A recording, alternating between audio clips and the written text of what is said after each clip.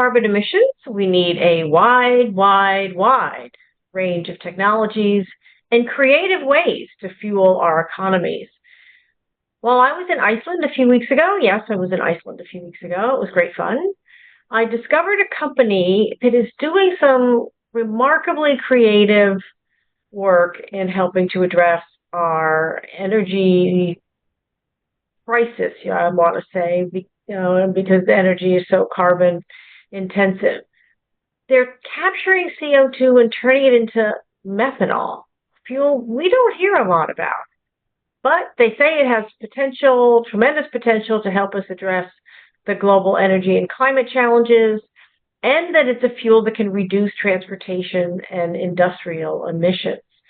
So I'm very excited that today we're going to find out how it works from a C-suite executive there who I met in Iceland. So pull up your chair, put on your earbuds, and prepare to be inspired and maybe even take notes. Welcome to Electric Ladies Podcast. We share stories, insights, tips, and advice from remarkably innovative women working on the front lines of corporate responsibility, energy, sustainability, climate, and ESG-related issues. I'm your host, Joan Michelson. We talk about innovation, leadership, technologies, and careers, always bringing a new perspective. Find us anywhere you like to listen to podcasts, on our website, electricladiespodcast.com, and through my Forbes articles as well. And please pass it on to your friends and leave us a 5-star review if you're so inclined. It helps other people find us. By the way, I wrote about this in Forbes as well, so you'll enjoy that. I wrote about my trip to Iceland.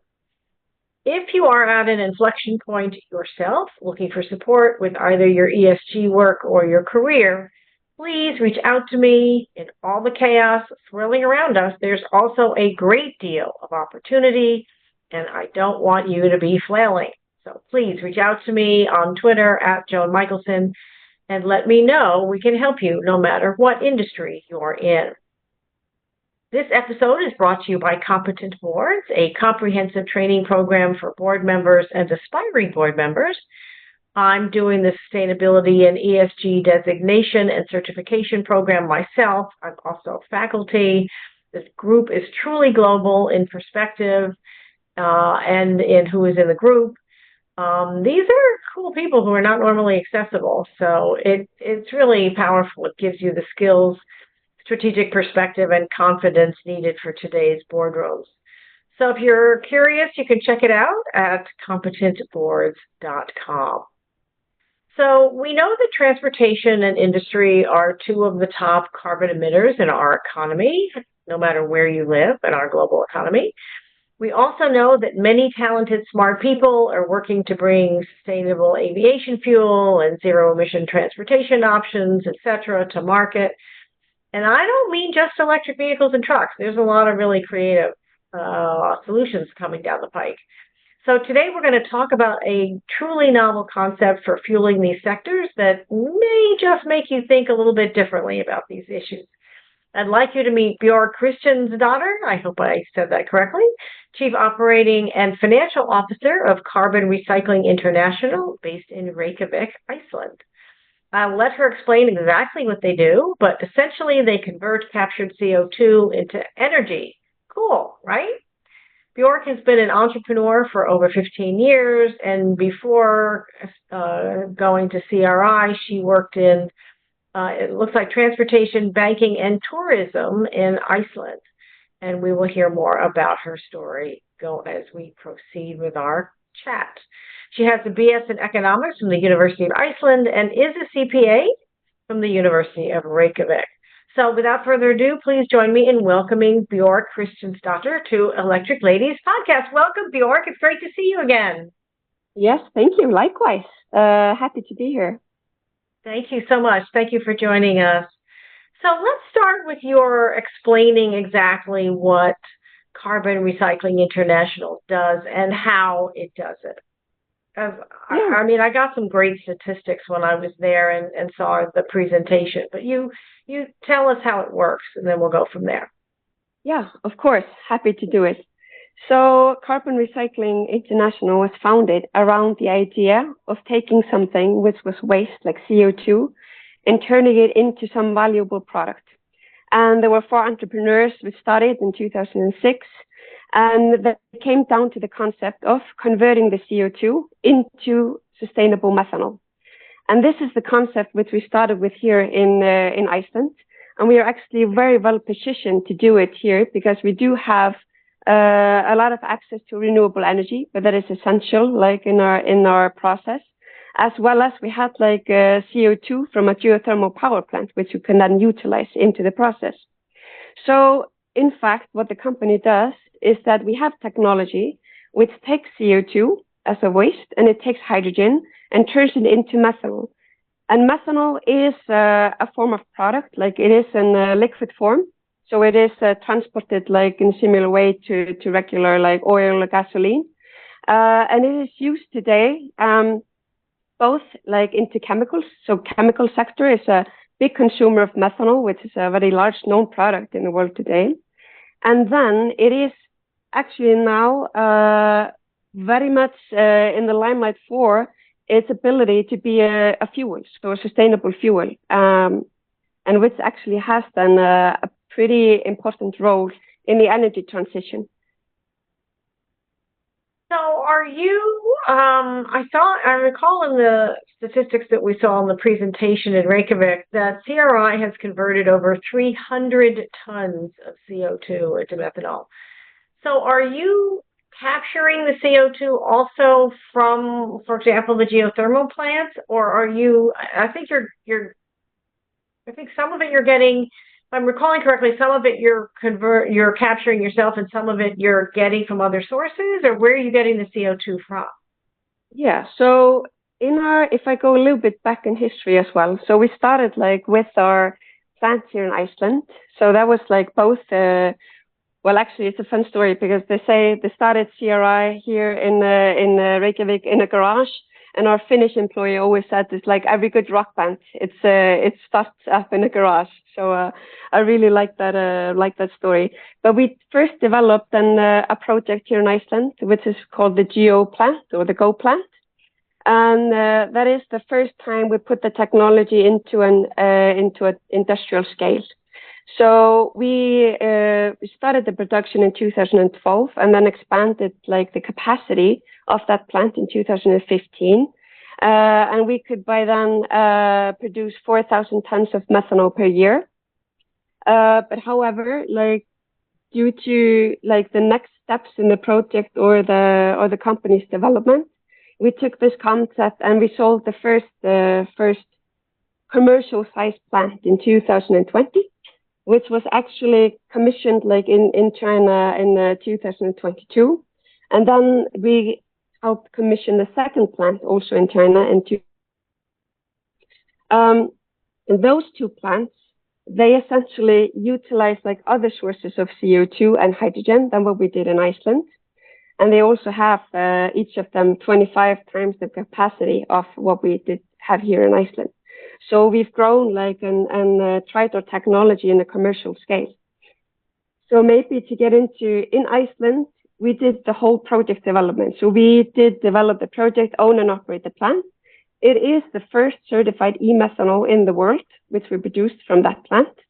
And from all of that, we did gather a lot of experience. So we've utilized that to help our customers like develop their own projects and also in our own project development.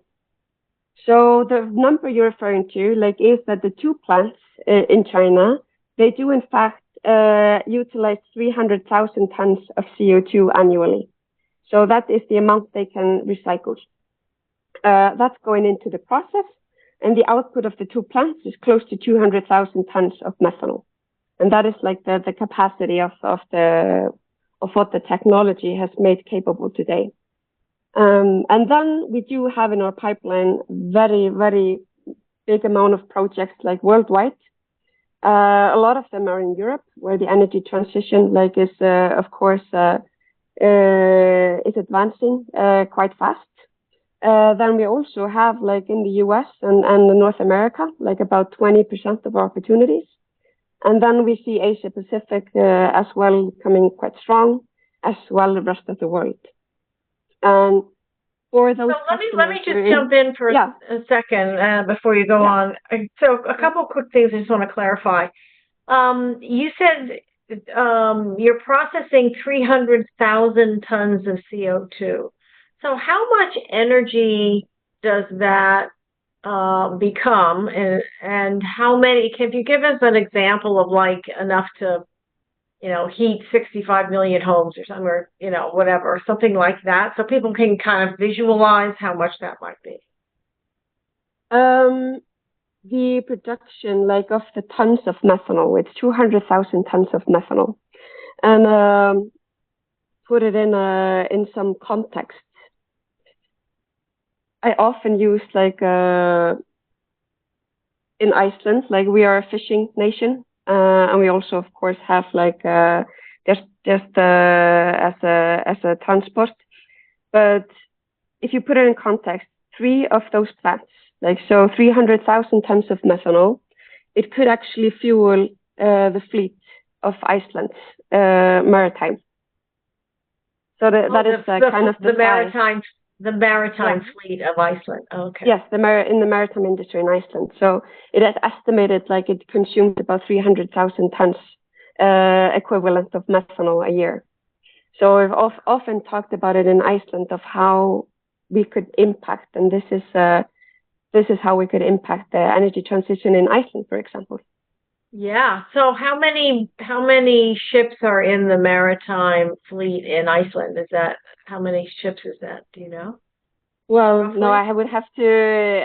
Yeah, no, that would be because I'm trying to relate who don't know what the maritime fleet is in Iceland, right? So, a number of ships is your point, right? Okay. Yeah. So, you mentioned a lot of things. One of the things I remember when we were there is how much you're doing in China. We met your team member who actually lived in China for a long time. So talk about why you have such big plants in China and how those came to be.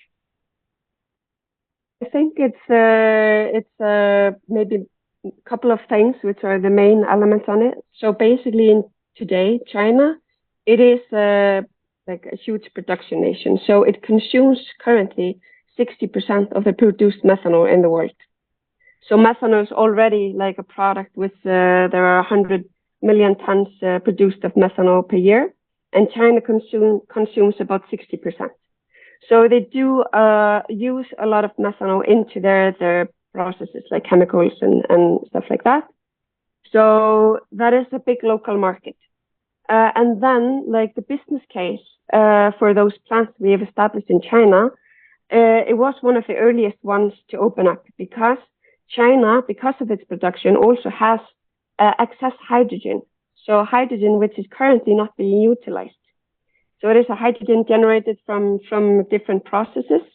So we can simply take it and utilize it. And then the hydrogen is not produced via electrolysis, which makes it, of course, significantly cheaper. So the business cases for the low carbon methanol in China, they opened up quite quickly. As well as, like you could see those who have production in China. So companies, for example, one of them is in the steel industry, which we have the first plant. And then the second one is the petrochemicals. So they also they need to do something about their emissions. The government is setting like targets or they need to figure out ways how to reduce their emissions. And this is one way for them to do it. I love that. So let's talk about some of the uses of methanol, since you said that too, because I mean, there's the steel industry is also in the U.S. and in Japan, as I recall. There's also what I was thinking of was, you mentioned petrochemical, but I was thinking also of other sectors that I believe you guys are serving, sustainable aviation fuel and some of the others. And I want to talk a little bit about that too. But talk about some of the particular kinds of companies that are using this, not just in China, but elsewhere that you can, and how it might how they might have to adapt their operations in order to use this kind of fuel, because it seems like it's a change, right, from what they've been doing. So it's got yes, yes, of course, happy to do that. So if we're looking at like what we're doing, so we have on one side of our process, we do have the inputs, which are the CO2 and the hydrogen. And then on the other side, we have the end product. The one who has the CO2 or generates the hydrogen also has use for the methanol. In other cases, like on the feedstock side, we have companies where simply they're looking for ways to utilize their CO2.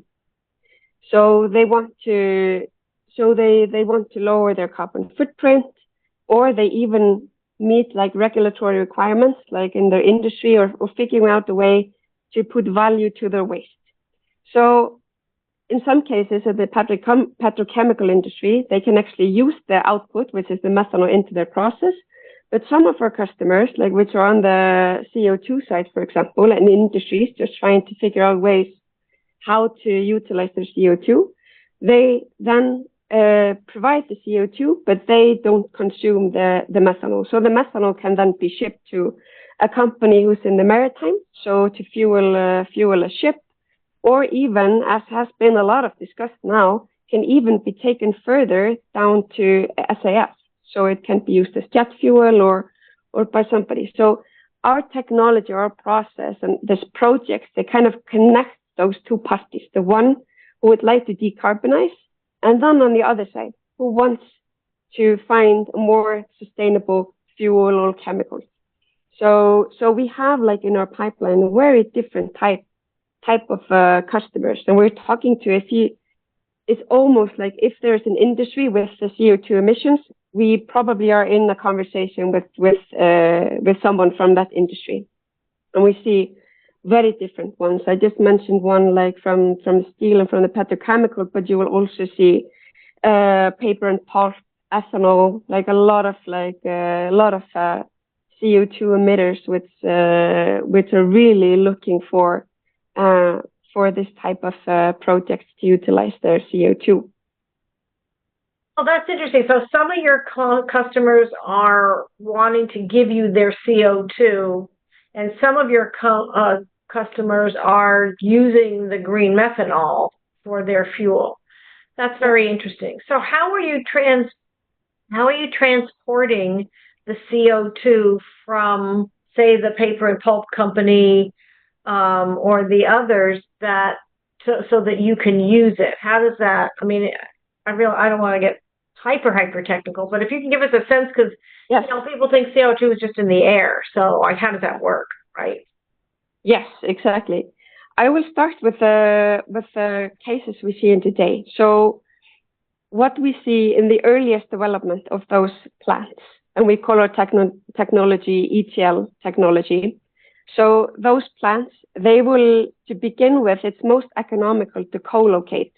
So if you have a CO2 emitter, and in the area, you have access to some sort of renewable electricity source to produce the hydrogen, and then the methanol itself is shipped from that location. So it's more economical today with what is available to actually transport the methanol, because the methanol, it is in liquid form and it can be transported. And even in Iceland, when we set up our plant and we were transporting the methanol, we just used, like, we could reuse old oil tanks. The same trucks which were transporting oil could transport the methanol. So it is that is one of the most convenient things about the methanol, because it's not as hydrogen is very difficult, for example, to transport. But then, of course, we are seeing worldwide, of course, the new renewable energy projects all over the world. And we're also seeing infrastructure for actually transportation of CO2 also advancing. So maybe down the line, we would see more that like the CO2 can be transported around as well. But in the earliest application, and then it's more business case-wise and maybe technical is that we do rather co-locate the ETL plant with the emission source and where we can get access to the electricity and water for the electrolysis. Yeah, that makes sense. Like I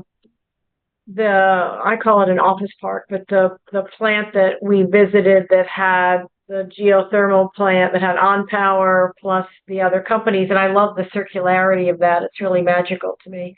I talk about it a lot as a model. I'm curious, Google just reported that their emissions actually skyrocketed. It spiked tremendously, unfortunately.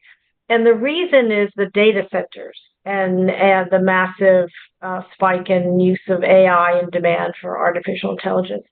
So is green methanol a fuel that can be used for data centers? Because that's one of the biggest problems right now with the technology revolution in artificial intelligence is the massive number of data centers and the use of energy to run those systems, right? So is this a green fuel that maybe can help in that regard?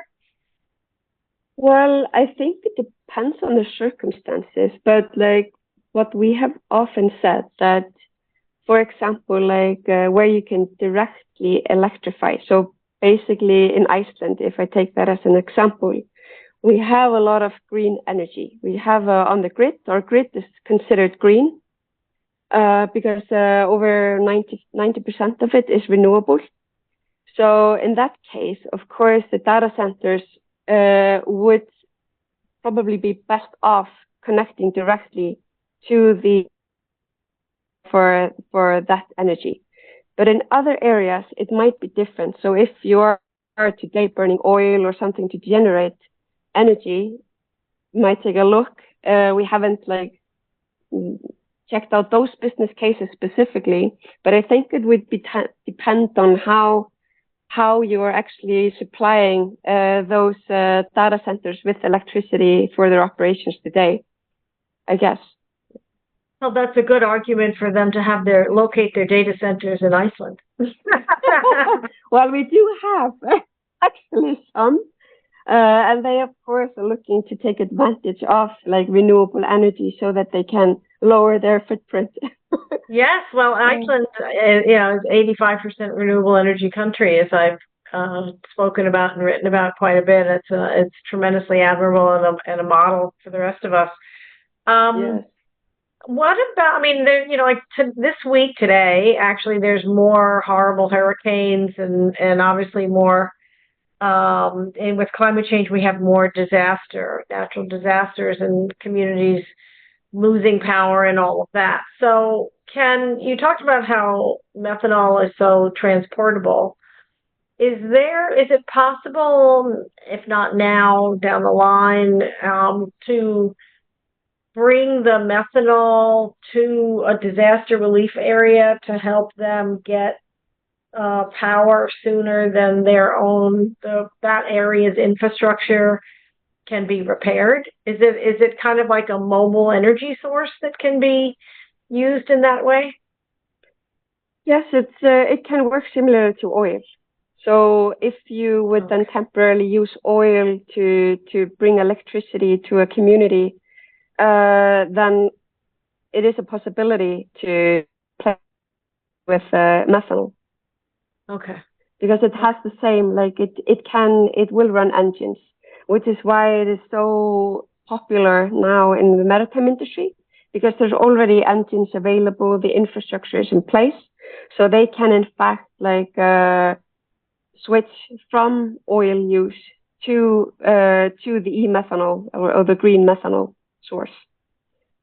So does it literally go in a gas tank, like you fill up your car at a gas station? I mean, I realize that because we do, and we actually have had in Iceland for some years now testing of methanol cars. So they have tanks, and we did reuse an old fuel pump here in Iceland to store the methanol and put it onto the cars.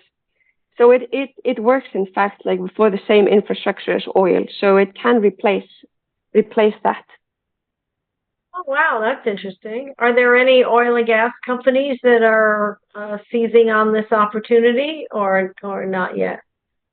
It is, and maybe I forgot to mention it earlier, but of course in China, because of, if you think about methanol and you would use it like, for example, in transportation, which is very difficult to directly electrify.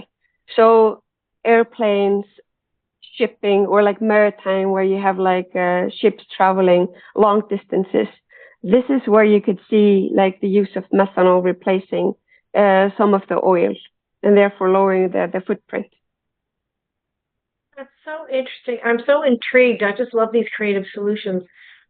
You mentioned that sustainable aviation fuel, which is one of my favorite topics. So, talk about. I mean, that's so, not that we got a crack, right? We have the G7 meetings. All these fancy people are flying in. We have all the cops, and they always joke that or criticize that 30,000 people converge on wherever, but they're flying in. They're using. So we have to tackle this. How can if methanol can be used in lieu of oil, and I assume like oil and gas, can it and the aircraft manufacturers just use it now? Can the airlines just use it now, or do they need to adapt the aircraft? How does that work? Because I would think it'd be a no-brainer to just start using green methanol. And Yeah. There is a lot of discussions because now the airlines and they need to start to think about how are they going to lower their footprint to meet the targets. And in that sense, like there are two routes like where you can get like sustainable aviation fuel, and it is like one way, and then it is to convert it into jet.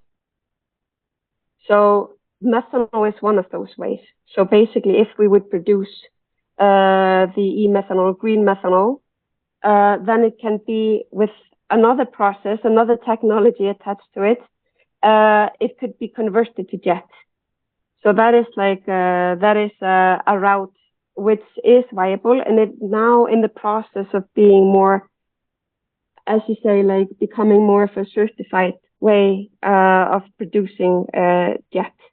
So that is in process, like and making good progress on that.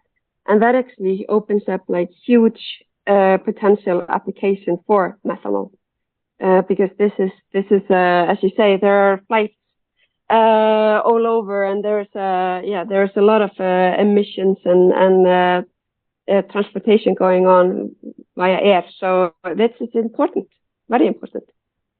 yeah, this week is July 4th, a long weekend in the U.S., and I just saw statistics that something like 67 million people are traveling today, in the US alone, and 3 million travelers a day just in the airports and TSA in the US. So yeah, we gotta crack this. It just seems the potential for this seems a much easier lift. I mean, I remember when Richard Branson was trying to convert vegetable oil 20 years ago into sustainable aviation fuel. This seems like a much easier leap. But you did say that it has to be converted into jet fuel. That they can't just use methanol as it is. That there's a step in the middle there. Okay, Yes, there's an additional step. Yeah. interesting. What would you say is a timeline on being able to use methanol as a sustainable aviation fuel? They're just guessing.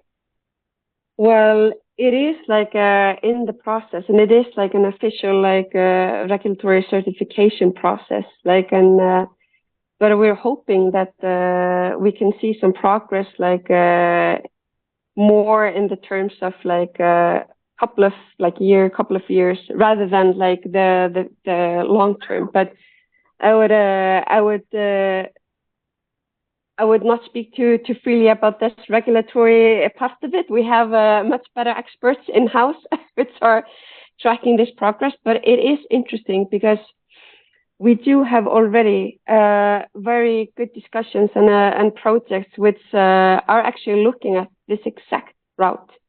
It is because when you're thinking about SAF, this methanol to jet route has actually been um, having favorable, the research has shown that this might be a very efficient way to do jet fuel. So it's increasingly, or there's increased attention to this route, methanol to jet. So we're excited to be exploring those options. And then, of course, when the regulatory framework supports it, those projects are ready to come online. So this is one of the avenues which we are very excited about at CRI, having the technology, our technology advanced to this level. There is a technology already available to take the next step into the jet fuel. So this is a very, very interesting pathway, and a very, very interesting conversations with our customers considering this option. Yeah, sounds like a good potential partnership for you guys. It's interesting because one of the things I wanted to ask you about is you mentioned 20% of opportunities in the United States. There's, of course, the Inflation Reduction Act and the Infrastructure Act, and even in the CHIPS Act, there's of that $3 trillion in financial incentives and funding. The Chief Commercialization Officer of the Department of Energy, Vanessa Chan, you might want to listen to her, my interview with her, told me that at least $1 trillion of that is for energy innovation to help accelerate the transition to a clean energy economy. And there's a chunk of money in there for sustainable aviation fuel and other kinds of energy transition. So I know that you're based in Reykjavik, right? But you said that there, and I'm sure you can partner with companies in the U.S. Are any of your customers tapping into IRA money, or are you looking at putting it? When I say you, I mean CRI, looking at establishing an office in the United States or something in order to tap some of that? Because you have to. I mean, the point, of course, is also to grow jobs in the United States, and of course, we'd love to have you here. Yes, exactly. No, that's a really good point to raise, because, well, I'm actually happy to say we already are starting our presence in Houston. So we already have someone on the ground there who's working on those opportunities. But there is the potential for our customers in the U.S. to tap into the IRA. And it is and it can be looked at from various sides, whether it is to access or become more competitive in the hydrogen prices, which is very important, that we get competitive hydrogen prices into the process, but as well as in the other elements of it. When it was first set up, it was also a matter of actually how you could tap into that, but as time passes, more and more it's becoming more clear how companies can actually access those funds, which is great. But yes, we see a lot of potential.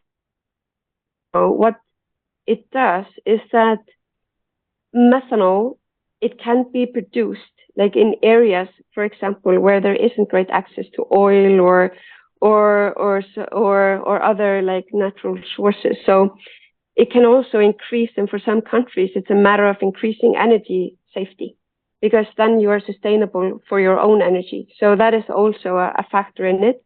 And it does, of course, create jobs. And it reuses CO2 on location. So it has multiple benefits for communities. Yeah, absolutely. And Houston itself experienced a horrible hurricane, that wiped out so many people. I know personally some people who lost houses and businesses in Hurricane Harvey. It's really awful. Yeah, I'm glad you mentioned energy security. It's a huge issue. And in fact, there's 6 states in the United States. When I did my Iceland story, in Forbes, I talked about I think it's California, Nevada, Idaho, New Mexico, a few others that have a lot of geothermal. And so I can see how there's an opportunity to replicate the business model in that kind of context and then be able to use it. And of course, Houston is unique because they have their own grid. They don't interface with the national grid at all. So it opens up other challenges. But I want to ask you two other quick things and then get some career advice from you. One of the things that's intriguing to me about CRI's technology is another key piece that we need in the energy transition is energy storage. And there's some information that's really intriguing on the CRI website about the use of methanol in energy storage. So talk a little bit about how that works. Yes. So for energy storage, we do have are faced with maybe the challenge of the renewable energy sources like wind and solar. For example, they are intermittent energy sources, so they're not often or not always stable like on the grid. So it has been addressed that of course converting like taking that energy and utilizing it for the production of methanol could then be the perfect storage. And it is a very good storage of hydrogen because hydrogen in itself is very difficult to store and it's very difficult to transport. So in this energy transition, like, and for a lot of the routes, like hydrogen is always in the mix. And it is known that like converting or using hydrogen to produce methanol is a very good way to store hydrogen. So then you can tap into that energy later. So that is how methanol can be a very great energy carrier. Well, that's so interesting. So, what you're saying, if I'm hearing correctly, is it's not so much that the methanol, I mean, methanol is easier to store, but that methanol may not be the fuel that's used at the end, as the end to the end user, that they can also use methanol to transport and store hydrogen because that's what methanol is made from. And then they just Yeah. break up, in effect, the methanol and extract the hydrogen from it. That's really interesting. Yes. That's an Yes. interesting option. Yeah, energy storage, obviously the wind doesn't blow and the sun doesn't shine all the time, right? So, one more quick thing, and you kind of mentioned this a little bit ago in the introduction when you were first talking about what you guys do, but um, there's a lot more need to track and report CO2 emissions and how we're dealing with it, right? How companies are reducing their carbon footprint and how and the impact on their companies and their operations, with the new SEC rules that, will be finalized and once they work through the courts and the ISSB, GRI, et cetera. So how is one of the added complexities to a company like CRI's, I would imagine, is how do you provide the data to your clients that they need in order to do that reporting and have it be verifiable?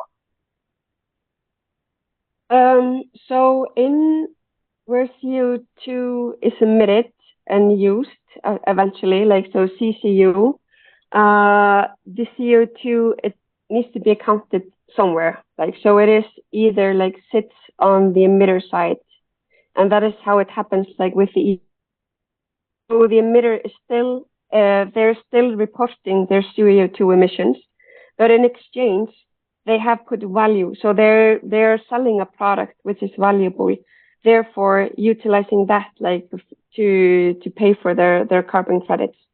So that is one way.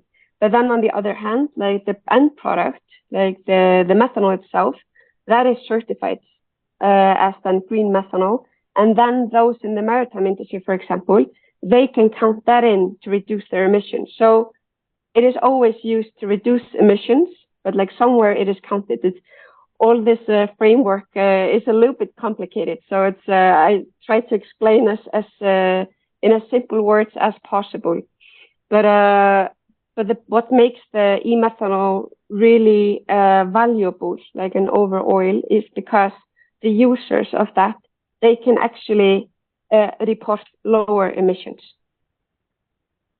That's so interesting. So it's not so much that CRI has to provide the data, it's that your customers are reporting how they've reduced their CO2 emissions, and then they are also reporting um, any carbon credits that they're buying with it, et cetera. So it's really on the customer side. It's not so much on CRI side. And then with the methanol, they're reporting how they're reporting it as part of reducing their own emissions.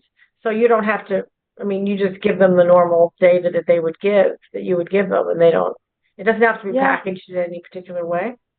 Well, it does. Like the methanol itself, of course, needs to be certified. And of course, because CRI is the only one who has actually certified e-methanol in the world, so we do help our customers like go through that like certification body, which is of course also a process which needs to take place.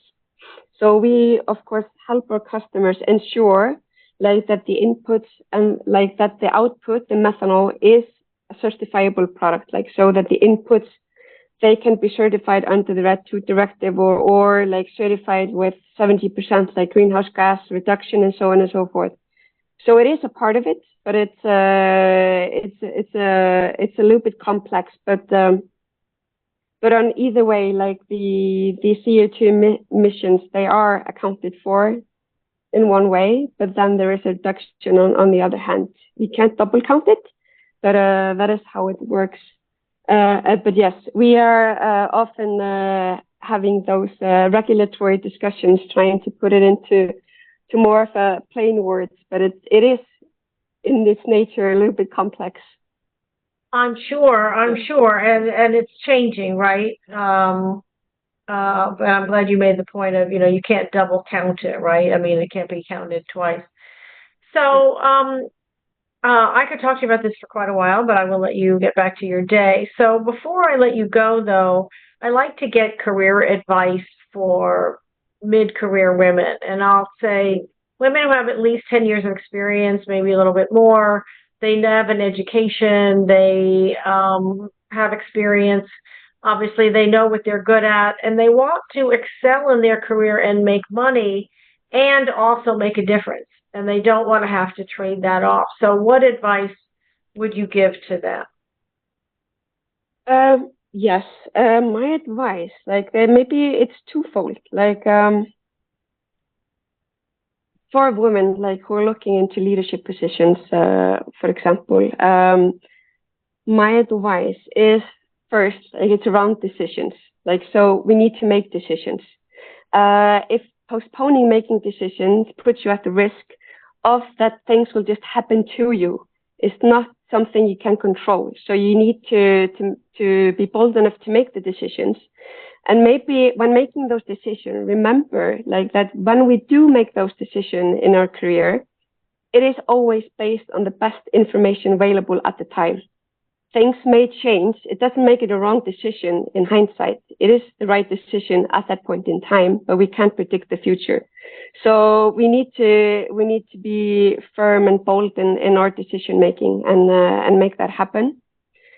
And then maybe, and that's also quite important, like when you're switching industry. So coming from, for example, like I did from the tourism industry or different industries, and then over to the energy and the technology, is that, and this is actually useful though in every step of the way, is that you as a leader, you don't need to learn and be the best at everything yourself. What you need to do is that you need to learn how to listen and harvest all of the potential, all of the talent around you, because that is super important. You can't be intimidating of not knowing all the answers yourself. That is not the role. The role is like to harvest it and get comfortable with that, asking the right questions and making that happen for your team. So those may be 2 points which I find are super important. Oh, I love that. Harvesting is such a great word. To harvest all the talent around you, I think is a terrific way to put it. And listening to your team, I'm glad that you talked about switching industries, because you have switched industries, and a lot of people today, I mean, I have clients come to me saying, well, I've been working in yada yada all these years and I want to be in the energy sustainability and climate space now. How do I do that? And or they get discouraged if it doesn't happen quickly or whatever. So that's a critical piece. But let me just follow on that for a second and just ask you, it's one thing to want a job in another industry, but then you have to convince people in the other industry to hire you, right? Or they have to decide that they want to hire you. So how do you suggest positioning a change in industry? Obviously, you have to have skills that transfer, right? I mean, as you have had financial and operating expertise that transfers easily, really, into anything. But how would you suggest that someone make that case of how they're to get an employer who might be reluctant to hire somebody from outside their industry? Yes, I think what you should consider is that, from my perspective, like when I look at different industries and companies like which are in operation, and I was pleasantly surprised, like when I changed the industries, is that we are faced with a lot of the same issues as other industries or other businesses. So you have to figure out like how you can take that experience and kind of transfer it over to the other, like to the other entity or other industry. So you can utilize what you already know and apply it to different scenarios.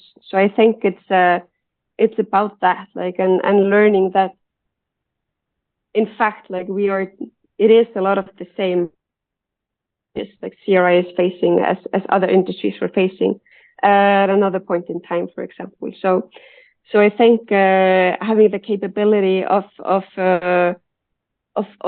recognizing your experience and then transfer it over to the next industry or next job. I love that. That's really important to make it relevant to them, right? This is how my skills carry over. I can then help you address XYZ challenges. Perfect.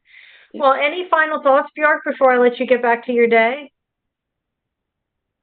Well, I'm just very happy to have been and had this conversation with you for the opportunity and to present CRI on your podcast.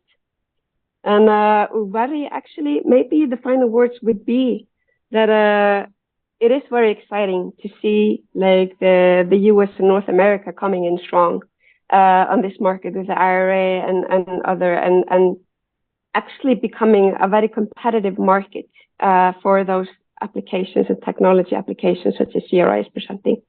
So we are very excited for the journey ahead. Thank you so much, and I'm excited to see what happens with CRI, Carbon Recycling International, and my other Icelandic friends. So thank you so much for joining us today, Bjork Kristjansdottir from Carbon Recycling International. Thank you really a great deal for joining us today. I really appreciate it for the work that you do every day. So are you intrigued to explore how green methanol might help reduce your carbon footprint or your company's carbon footprint? How are you reducing your energy and CO2? Let us know. Please post it to us on Twitter and Threads at Joan Michelson. Send us any questions there as well. And you may win a complimentary 30-minute coaching session with me. And please subscribe to our mailing list to stay abreast of our amazing guests like Bjork, our articles, and career advice. And you can subscribe on our website, electricladiespodcast.com. I'm Joan Michelson. Thank you for joining us, and see you next time.